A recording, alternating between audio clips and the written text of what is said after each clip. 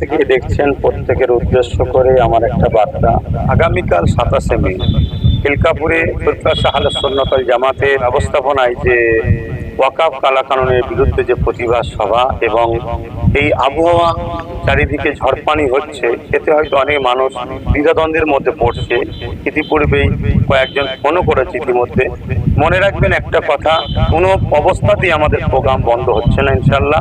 কেন ঝড় পানি এটা তো স্বাভাবিক হবে, এটা সৃষ্টিকর্তার হুকুম হবে, আর এটাও তো হতে পারে তিনি আমাদেরকে পরীক্ষা নিচ্ছেন।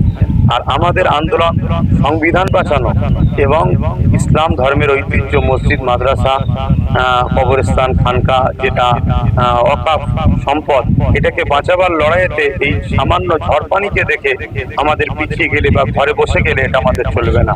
তাই ইনশাল্লাহ কোনোভাবেই আমাদের প্রোগ্রাম বন্ধ হচ্ছে না। যাই হোক, ঝড় হোক, পানি হোক, তুফান হোক, ইতিপূর্বে আমরা বহুত প্রোগ্রাম ভিজে ভিজে কাদাতে করেছি।